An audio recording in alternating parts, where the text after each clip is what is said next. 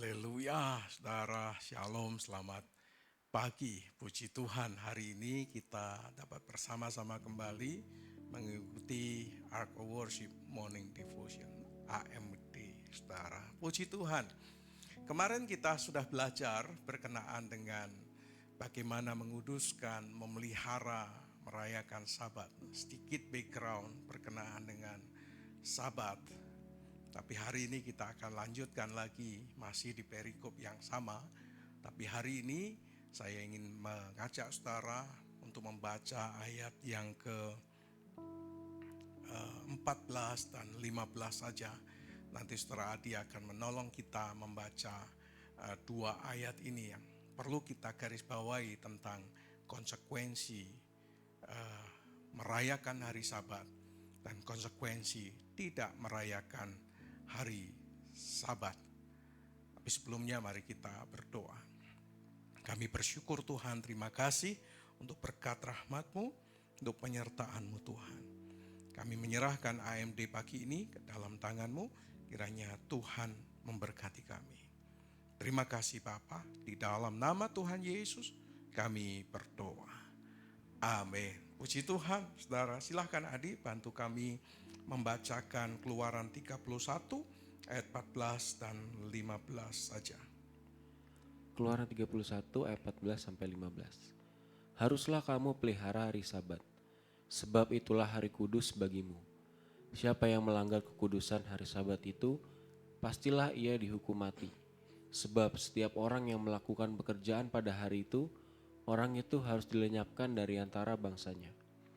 6 hari lamanya boleh dilakukan pekerjaan, tetapi pada hari yang ketujuh haruslah ada Sabat, hari perhentian penuh, hari kudus bagi Tuhan. Setiap orang yang melakukan pekerjaan pada hari Sabat, pastilah ia dihukum mati. Beberapa orang berpikir begini, saudara. Ketika mereka tidak merayakan, tidak memelihara hari Sabat, mereka tidak mati. Lalu mereka berkata, tuh kan tidak mati, saudara. Itu kan sama seperti Adam dan Hawa. Banyak orang berkata, lah kan tidak mati. Ya, saudara, ketika orang melihat, membaca Alkitab, Hawa memetik buah itu yang dilarang oleh Tuhan. Lalu kemudian makan dan memberikan kepada suaminya. Padahal firman Tuhan berkata, pada saat engkau memakannya engkau akan mati. Tapi realitanya ketika dia makan tidak mati. Maka pada saat yang sama Adam dan Hawa berkata, loh benar kata si ular, tidak mati. Ayat ini berkata orang itu harus dilenyapkan. Pada saat dia tidak memelihara dan merayakan Sabat, mereka mati. Lalu kemudian mereka berkata, ketika mereka tidak merayakan Sabat, tidak memelihara Sabat, mereka berkata, tuh kan tidak mati. Kata pendeta-pendeta ini hanya nakut-nakutin saja. Pendeta-pendeta itu hanya ingin kita datang ke gereja, hanya ingin kita memberi persembahan, hanya kita ingin memberi persepuluhan. Dasar pendeta mata duitan. Waduh, macam-macam sumpah serapah keluar. Katanya mati, tapi hari ini kami ada di gunung juga tidak mati. Hari ini kami ada di pantai juga tidak mati. Hari ini kami jalan-jalan juga tidak mati, saudara. Lalu mereka mengabaikan hari Sabat. Dan mereka tidak sungguh-sungguh memelihara hari Sabat. Saudara, Adam dan Hawa memang tidak mati. Tapi Roma 3 ayat 23 berkata, mereka telah kehilangan kemuliaan Allah karena dosa. Roma 6 ayat 23 mengatakan, upah dosa adalah maut, saudara. Firman Tuhan mengatakan bahwa ketika seseorang tidak memelihara Sabat, tidak merayakan Sabat, ayat yang ke-15 mengatakan dia akan dihukum mati. Dan kalau kita merunut dari 10 hukum Tuhan, hukum pertama, 2, 3, 4. hukum Sabat menempati peringkat nomor 4 sebagai hukum yang harus dilaksanakan, wajib dilaksanakan oleh umat Tuhan. Tuhan memerintahkan orang melakukan hukum Sabat. Kalau tidak melakukan, Pak, mati. Oh, kan tidak mati. Seringkali kita menganggap remeh dan berkata, kan tidak mati, Pak. Kenapa sih pendeta suka paksa-paksa orang beribadah? Datang ke gereja, paksa-paksa. Ada modus, supaya persembahannya banyak. No, saudara, tidak. Karena itu adalah hukum Tuhan sebetulnya. Kalau kita sebagai umat Tuhan seharusnya sungguh-sungguh mendengar, memelihara, mengikuti perintah dan hukum Tuhan dalam hidup kita. Jadi merayakan Sabat bukan perintah pendeta, bukan perintah hamba Tuhan, bukan perintah gembala, tapi ini perintah Tuhan kepada kita untuk merayakan. Alkitab mengatakan akan dihukum mati. Sama seperti Adam dan Hawa, kehilangan kemuliaan dan upahnya maut. Demikian juga jika kita tidak memelihara dan merayakan hukum Sabat. Oleh karena itu jangan mengabaikan, merendahkan hukum Sabat. Jangan merayakan hukum Sabat berdasarkan untung rugi. Jangan berdasarkan keuntungan-keuntungan, manfaat-manfaat pribadi, atau kerugian-kerugian pribadi, dan sebagainya. Ini bukan masalah untung rugi. Ada orang-orang yang datang ibadah, ada di gereja tapi tidak beribadah. Saya tidak tahu motifnya kenapa. Apakah oleh karena tidak mau memberi persembahan? Kalau tidak memberi persembahan tidak masalah sebetulnya. Datang memuji Tuhan, beribadah dengan sungguh-sungguh, dengan khusyuk. Tapi ada orang-orang seperti Marta yang menghabiskan waktu di gereja tapi tidak beribadah. Menyembah Tuhan, menikmati hadirat Tuhan, belajar firman sama-sama, didasarkan pada keuntungan dan kerugian. Karena dianggap ibadah sebagai sebuah kerugian, karena dia mengeluarkan uang untuk persembahan. Saudara, sekalipun saudara tidak memberikan persembahan, oleh karena dalam kekurangan tetaplah beribadah. Sekalipun saudara tidak memberikan persepuluhan, karena kekurangan tetaplah beribadah. Sekalipun saudara mungkin hanya punya waktu 2 jam, tetaplah gunakan 2 jam itu untuk beribadah. Kemarin saya menulis satu tulisan pendek di Facebook, saudara. Saya menulis tentang hikmat. Saudara, apa perbedaan mendasar antara hikmat Ibrani dengan hikmat Bani Timur dan hikmat orang-orang Mesir? Saudara, 1 Raja-Raja pasal 2 ayat yang keempat. 1 Raja-Raja 4 ayat 30 maksud saya. Di sana dikatakan begini, hikmat Salomo melebihi segala hikmat Bani Timur dan segala hikmat orang Mesir. Salomo adalah orang Ibrani. Hikmat orang Ibrani itu lebih tinggi dibandingkan hikmat dari segala Bani Timur dan segala orang Mesir. Kenapa hikmat orang Ibrani itu lebih tinggi dibandingkan atau lebih unggul dibandingkan hikmat Bani Timur dan hikmat orang Mesir? Kenapa, saudara? Karena hikmat Ibrani itu didasarkan pada keunggulan etika yang dibangun atas dasar pondasi dengan satu kalimat permulaan. Hikmat adalah takut akan Tuhan. Dasar pondasi hikmat orang Ibrani adalah takut akan Tuhan. Dari dasar takut akan Tuhan inilah mereka mengerjakan segala sesuatu dalam hidup mereka. Didasarkan takut akan Tuhan inilah mereka mengerjakan banyak hal dalam hidup mereka. Apa pondasi hidup saudara? Takut akan Tuhankah? Ataukah didasarkan hikmat Bani Timur dan hikmat segala orang Mesir? Apa dasar saudara?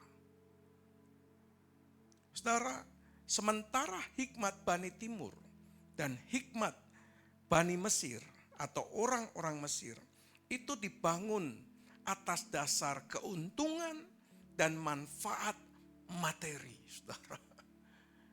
Mereka memiliki hikmat, tapi hikmat itu dijual. Dan orang-orang yang mengikuti nasihat mereka harus membayar, memberikan imbalan dari setiap nasihat yang mereka sampaikan. Hikmat Bani Timur, hikmat segala orang Mesir, itu didasarkan atas keuntungan pribadi, atas manfaat, apakah ini menguntungkan atau merugikan. Kalau menguntungkan, mereka berikan hikmat mereka. Tapi kalau ini merugikan, mereka tidak lakukan. Saudara, orang zaman dulu sampai sekarang berkata, tuntutlah ilmu sampai ke negeri Tiongkok atau ke negeri Cina. Tetapi Alkitab berkata, permulaan hikmat adalah takut akan Tuhan. Kalau kita takut akan Tuhan, kita akan memiliki hikmat yang melampaui Bani Timur dan hikmat segala orang Mesir. Nah, ketika saudara memelihara Sabat, merayakan Sabat, apa pondasinya? Kalau pondasinya seperti Bani Timur dan orang-orang Mesir yang mendasarkan hikmat mereka, berdasarkan keuntungan dan kerugian, berdasarkan manfaat dan tidak manfaat, maka pasti saudara tidak akan bisa memelihara hukum Sabat dan merayakan Sabat dengan baik. Karena dasar saudara merayakan Sabat bukan takut akan Tuhan, tapi dasar merayakan Sabatnya didasarkan atas untung ruginya. Hari ini aku ada meeting bisnis, untung besar. Saudara tinggalkan Sabat. Hari ini aku tidak punya uang. Uangku sedikit. Kalau aku pergi beribadah dan ku persembahkan, besok aku makan apa? Saudara terus hitung untung rugi, manfaat benefit dari ibadah. Saudara bisa bayangkan ya, ketika saudara merayakan Sabat, ukuran saudara untung rugi, benefit atau tidak, manfaat atau tidak, ini kan aneh saudara. Saudara dan saya harus mendasarkan pemeliharaan hukum Sabat, merayakan Sabat, itu didasarkan atas pondasi dasar yang namanya takut akan Tuhan. Kalau saudara dan saya adalah orang-orang yang takut akan Tuhan, pasti akan memelihara Sabat, pasti akan merayakan Sabat, baik memberi persembahan atau tidak memberi persembahan.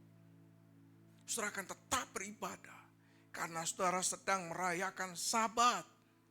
Pondasinya adalah takut akan Tuhan, bukan untung atau rugi, bukan dapat benefit atau tidak dapat benefit. Hari ini yang berkhotbah si A, yang hari ini yang berkhotbah si B. Aku tidak datanglah, khotbahnya jelek, khotbahnya buruk, khotbahnya tidak lucu, khotbahnya membosankan, khotbahnya panjang. Saudara, merayakan Sabat itu bukan ditentukan oleh telinga kita suka atau tidak suka. Kita puas atau tidak puas. Karena ibadah itu tidak memuaskan saudara atau saya. Ibadah tidak memuaskan telinga saudara atau telinga saya. Tapi merayakan Sabat kita sedang memuaskan Tuhan. Merayakan Sabat, kita sedang membahagiakan Tuhan. Merayakan Sabat itu berarti kita sedang menyenangkan hati Tuhan. Saudara, jangan berpikir bahwa Sabat adalah kepuasan kita. Tidak, saudara. Kita tidak perlu dipuaskan pada hari Sabat. Karena Sabat adalah hari untuk Tuhan. Pondasinya adalah harus takut akan Tuhan.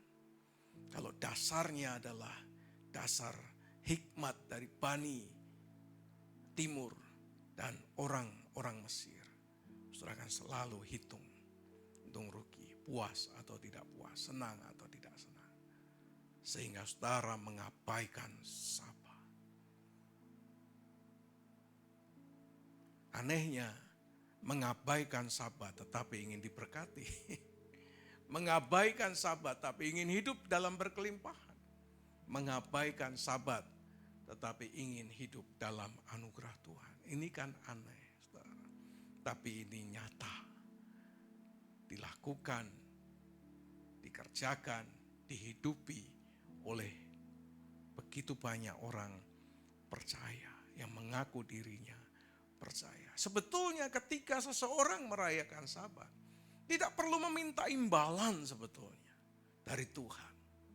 Tidak perlu menagih janji Tuhan. Karena ketika orang merayakan Sabat, itu Tuhan pasti merealisasikan janjinya. Tuhan pasti mewujudkan janjinya. Karena Sabat merupakan hari perjanjian Tuhan kepada umatnya, pada orang yang percaya kepadanya. Saya ingin buktikan pada saudara bahwa Sabat itu tidak perlu mencari atau meminta imbalan.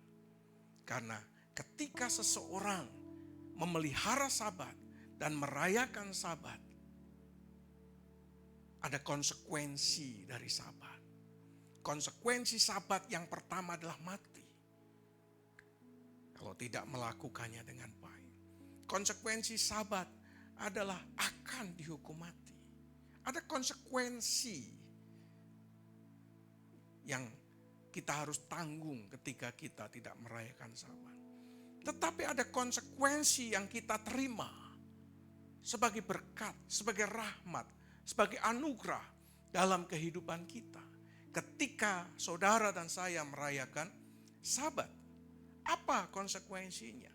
Lihat Yesaya 58 ayat 13 sampai 14, saudara dia akan bacakan untuk kita. Silahkan adik. Yesaya 58 ayat 13 sampai 14. Apabila engkau tidak menginjak-injak hukum Sabat dan tidak melakukan urusanmu pada hari kudusku, apabila engkau menyebutkan hari Sabat hari kenikmatan dan hari kudus Tuhan hari yang mulia, apabila engkau menghormatinya dengan tidak menjalankan segala acaramu dan dengan tidak mengurus urusanmu atau berkata omong kosong, maka engkau akan bersenang-senang karena Tuhan, dan aku akan membuat engkau melintasi puncak bukit-bukit di bumi dengan kendaraan kemenangan. Aku akan memberi makan engkau dari milik pusaka Yakub, bapa leluhurmu, sebab mulut Tuhanlah yang mengatakannya. Jangan injak-injak hari Sabat, saudara. Jangan tidak peduli terhadap hari Sabat. Dan tidak melakukan urusan kita masing-masing pada hari Sabat. Terlalu sibuk. Pak, aku sibuk, Pak. Aku sibuk, Pak. Oh, istri saya itu sering kali. Aku sibuk. Ada orang yang sibuk pada hari Sabat, saudara. Pura-pura sibuk. Supaya nampak dia ada di gereja. Tapi tidak beribadah kepada Tuhan. Apabila kita menghormatinya dan tidak menjalankan segala acara dan tidak mengurus urusanmu atau berkata omong kosong, maka ada konsekuensinya ketika kita sungguh-sungguh menghormati Sabat memeliharanya, dan merayakannya. Maka kata Tuhan, satu, engkau akan bersenang-senang karena Tuhan. Kata senang ini berbahagia. Engkau akan berbahagia. Engkau akan menikmati anugerah Tuhan. Yang kedua, aku akan membuat engkau melintasi puncak bukit-bukit di bumi dengan kendaraan kemenangan. Bisa diartikan kiasan. Kita melewati lembah, kita melewati gunung, kita melewati persoalan, kita melewati tantangan pergumulan dengan kendaraan kemenangan. Kita menang atas setiap pergumulan kita. Kita menang atas setiap kesulitan, persoalan yang kita hadapi. Dan yang terakhir dikatakan, aku akan memberi makan engkau dari milik pusakayaku. Kita tidak berkekurangan, saudara. Kita dicukupi oleh Tuhan, sandang, pangan, papan kita oleh Tuhan. Jangan khawatir, kata Tuhan. Karena Bapamu yang di surga tahu bahwa engkau membutuhkannya. Itu dicari juga oleh bangsa-bangsa.